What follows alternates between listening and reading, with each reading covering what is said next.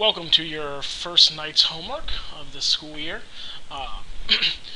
You should have already hopefully completed your 3 problems from your problem set. This is going to be a real short, maybe 15-minute tutorial to what we're going to be doing next block. So if you haven't done those yet, go and do that. If you have already done that, please take out the notes that I gave you. There's 5 pages. We're only going to go over a couple of them today. I'm going to have you try a couple of them on your own tonight if you have time. Otherwise, we'll be going over the rest of it in class. So last block, we really focused on acceleration, velocity, distance, and displacement, and talking about how we view them in the world. Today, and next block, we're going to be discussing it a lot more quantitatively, meaning we're going to look at it with much more precision. And to do that, we're going to need 3 equations. And that first page, page 5 from your one-dimensional kinematics guy, is going to be the one that gives me these 3 equations. Equation number 1 is right here. Equation number 2 is the middle of your page. Equation number 3 is right below it. Now, as you can recognize, these equations all apply for the exact same scenario. And what is that scenario? That scenario is uniform acceleration motion. Now, what do I mean by uniformly accelerated? That means that at the entire time during the motion, the acceleration is constant. It can be 0, it can be 10, it can be 20, but it has to be the same the entire time. If acceleration changes, you cannot use these equations. You have to break the question up into multiple pieces, or more importantly, apply it with something else. So, let's take a look at these 3 equations really closely and make sure we understand what they are. First of all, you should get 3 index cards out and go ahead and make 3 new index cards. These are your 3 new equations for tonight. They should be memorized by next block. Now, the first equation, notice, has velocity, initial velocity, and acceleration in time.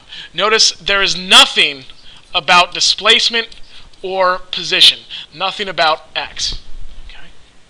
The second equation, as you go through it, got displacement, got position, got initial velocity and time, got acceleration and time. The only thing I'm missing there is my velocity current. Okay? V with no subscript is current or final, depending how you want to think of it. Okay? Now, number 3. Got my current or final velocity, got my initial velocity, have 2's fine, got my acceleration, have my displacement. What's missing? There is no time. Now what you're going to end up finding out is as we approach these questions, we're going to know some values, we're going to be missing some, and we're going to have to choose the appropriate equation in order to solve the questions. Now, let's remember 2 things. If I start at rest or I'm not moving, initial velocity is 0. If all I'm looking for is displacement, please remember that displacement is your current position minus your initial position. So if I tell you my displacement's 30, the easiest thing to say is that x is 30 meters and x naught is 0 meters. And that does in fact make a displacement of 30. So we're going to use that trick multiple times throughout this course to make life easier. So give me a second to read number 6 while I read it aloud. Okay, so we're designing an airport for small planes. Okay? One kind of airplane that might be used in this airfield must reach a speed of 27.8 meters per second before takeoff. And we know that that plane accelerates at 2 meters per second squared. Okay? So my first question, question A, says, if I have a 150 meter long runway, do I have enough runway for this plane to take off? So, my first thing I hope you recognize, 150 meters is my displacement. So again, I'm going to start off with my trick. X naught is going to be 0. That's my starting position. My final position is going to be my displacement 150 meters later. Okay. I know my acceleration. My acceleration is exactly 2.00 meters per second.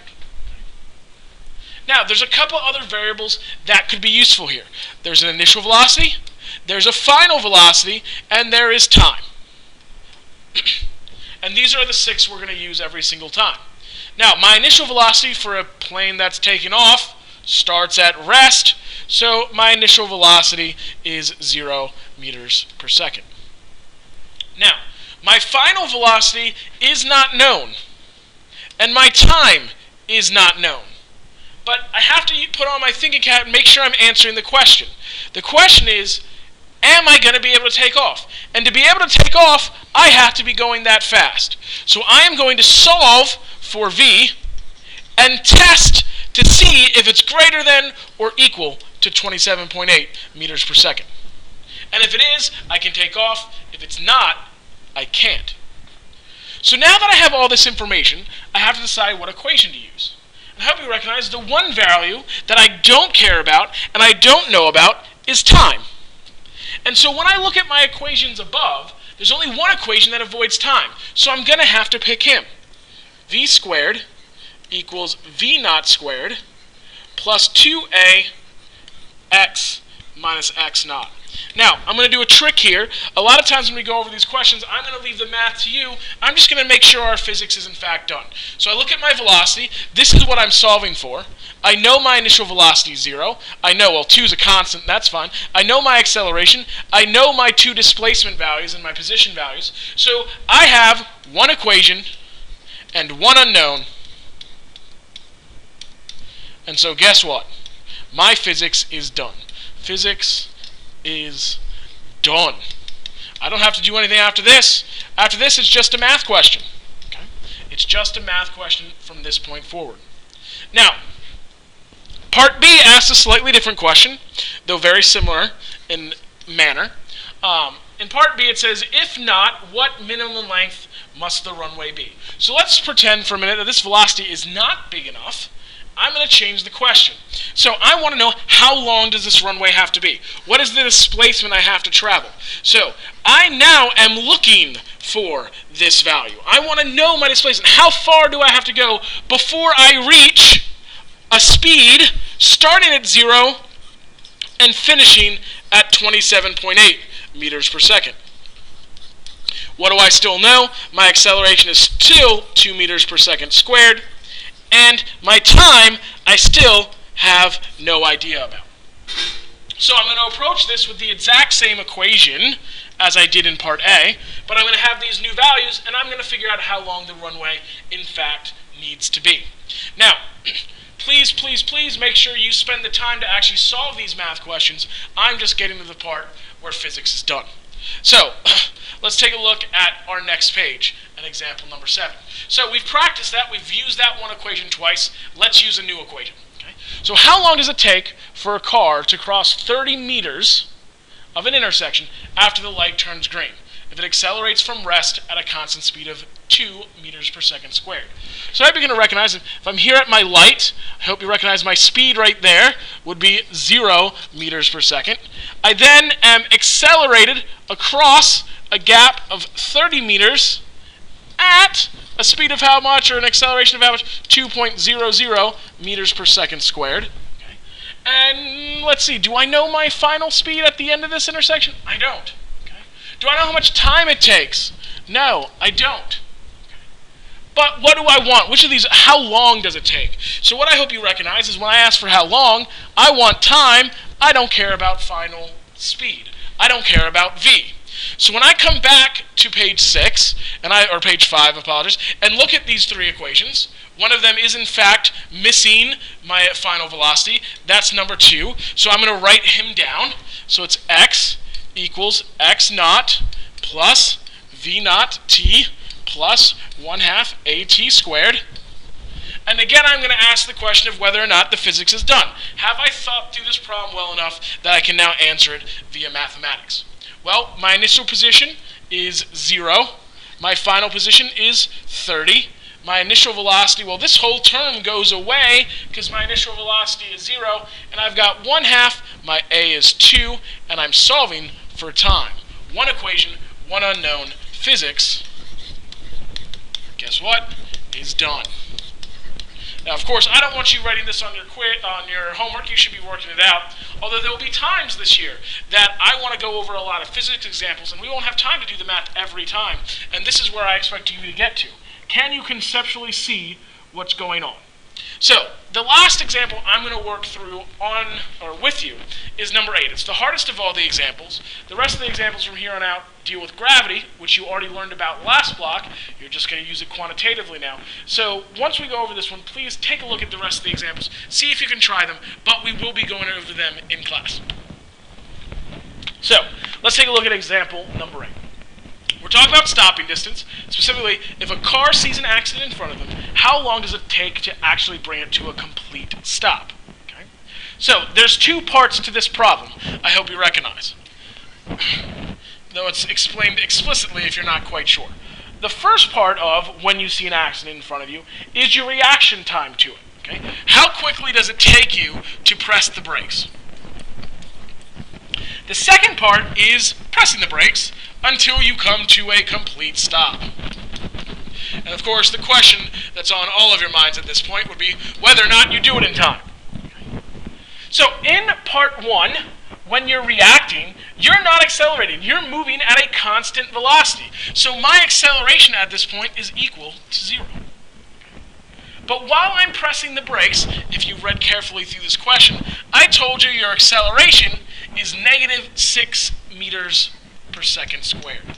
Now, why is it negative? It's negative because this car is moving forward and it's slowing me down, and so that acceleration is in the opposite direction. Okay? So my acceleration is negative. So, can we attack these questions at the same time? The answer is no, because I don't have uniform acceleration. I do not have the same acceleration in part 1 as I do in part 2, so I'm required to split this question. And this is going to be a key characteristic of all questions we do throughout this year, is that when acceleration changes, the question has to split from before and after. Now, when acceleration is 0, I need to remind you of something. And that something is the math we were doing earlier, last block, still applies. More specifically, that velocity is still delta x over delta t, or more specifically, in this case, what are we looking for? Let's see, in part 1, it says how long does it take, so I want to know time. So I'm looking for time. Do I know how far I've traveled in that span? Nope, not sure. Sorry. Oh, I'm wrong. Let me go back to that. Let me undo that. We already know time. Reaction time is delta t is 0.5 seconds. And I know my velocity is, let's see, right here, 100 kilometers per hour. Now again, oh no, it's the wrong units. How do I do that? Google it. I don't care. Figure it out. But I will tell you this. This is a pretty easy one. You just divide by 3.6. And you'll get yourself your velocity. You've got time. You should now be able to solve for delta x. Again, the physics is done at this point. Now it's your job to work from there. Now, question 2 is the more interesting one. It's the one that's going to require one of my power equations. Okay. So let's go over that now. Acceleration is negative 6 meters per second. I hope you recognize that in this question, the initial velocity is equal to the velocity over here. It's still 100 kilometers per hour. My speed, divided by 3.6 to put it in SI units, but my speed has not changed. In my part 1, I have not slowed down yet. So my speed in part 1 and the beginning of part 2 is the same. Now, the speed at the end, after you come to a complete stop, I hope most of you would recognize, is 0 meters per second. Now, here's where my trick comes in. I've got these three. I don't know the time, okay, and I don't particularly care about the time. I want to know how far I go, okay, the distance I go. And here comes that first time you get to think. You have x and x naught. And there's two ways to do this problem, and I'm going to show you thought process 1.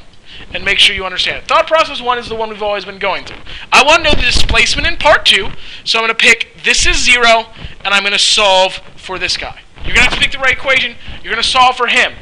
But if you do it this way, your answer has to add part 2 and part 1 together. The second way you can think of this question, however, is to say, well, my initial position is not 0. My initial position is actually the distance from part 1, the x in part 1.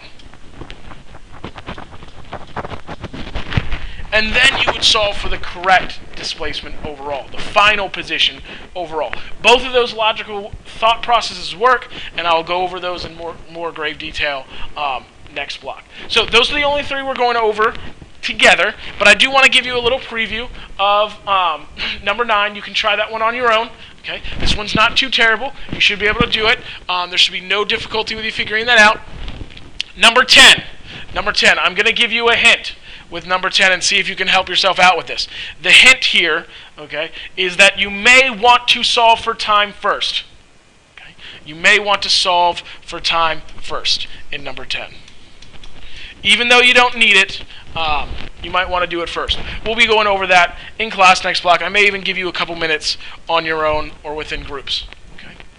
Now, if you look on page 11, you're actually a little bit luckier, the next page over, whichever one it is. I go over gravity, which we've actually already covered. I would like to remind you something, though. We got 10 meters per second squared. We're going to be cheesy, and we're going to use that all year. It's a 2% error. It's perfectly all right. I'd like you to try example number 11, see if you can do that one. That one's not too terribly hard. It has 3 separate equations, but you should be able to give it a shot. Okay. Last one is 12 and 13. 13's tough. If you're able to do it, good job for you. 14 and 15 have a little bit of questions involved.